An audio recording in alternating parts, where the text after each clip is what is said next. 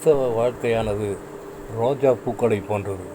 முட்களை போன்ற பாடுகளுக்கு மத்தியில் ஆண்டவருக்காய் மனம் வீசுவதுதான் கிறிஸ்தவ வாழ்க்கையாகும். ஆனால் இன்று பாடுகளுக்கு பயந்து அநேகர் கிறிஸ்துவை மறுதளித்தவர்களாக வாழ்வது மிகவும் வேதனையானது. ஆதித்ய சபையில் கிறிஸ்தவர்கள் ரோம அரசன் டயக்லிட்டின் மன்னரால் மிகவும் சித்திரவதைப்பட்டு கொண்டிருந்தார்கள். மார்ஷ்மன் என்ற போதகர் ஒருவர் இருந்தார். அவர் உண்மையான ஊழியனாக விளங்கினார்.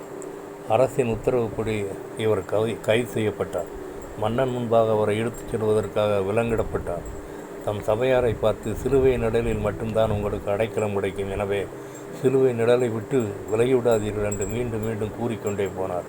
மன்னர் அப்போதகரின் சாந்தத்தை பார்த்து, ஒரே ஒரு தடவை சூரிய நமஸ்காரம் செய்தால் உங்களை விட்டுவிடுவேன், உங்கள் சபையாரும் தீங்கு நின்று பாதுகாக்கப்படுவார்கள் என்றான். ஆனால் மார்சிமன் அந்த இடத்திலும் இயேசுவின் மீதுள்ள விசுவாசத்தை மறுதளிக்காமல் அவர்களுக்கு சிலுவை அன்பை பற்றி கூறினார். எனவே கிபி 339 மார்ஷ்மன் வாளால் வெட்டி கொலை செய்யப்பட்டார்.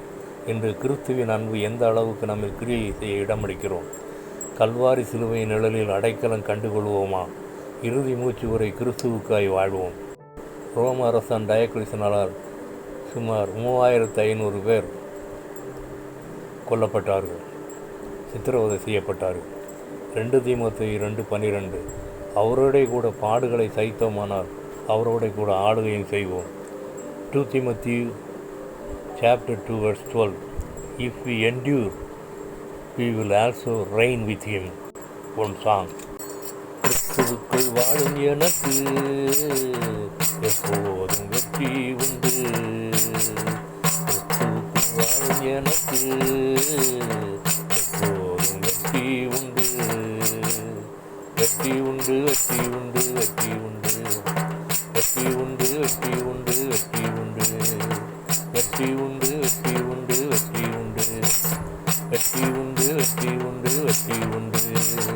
என்னென்ன துன்பம் வந்தாலும் நான் கலங்கிடவே மாட்டேன். யார் என்ன சொன்னாலும் நான் சோர்ந்து போக மாட்டேன்.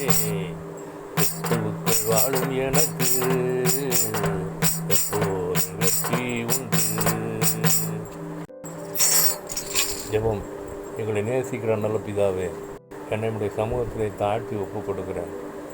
ஆண்டவரை, நான் சிலுவை நிலையில் அடைக்கலம் கண்டு உம்மை பின்பற்றி வர எனக்கு அனுக்கிரகம் செய்ய வேண்டும் என்று ஏகோசுவமேசிய நாமத்தில் கெஞ்சி மன்றாடுகிறேன் பரிசுத்த பிதாவே.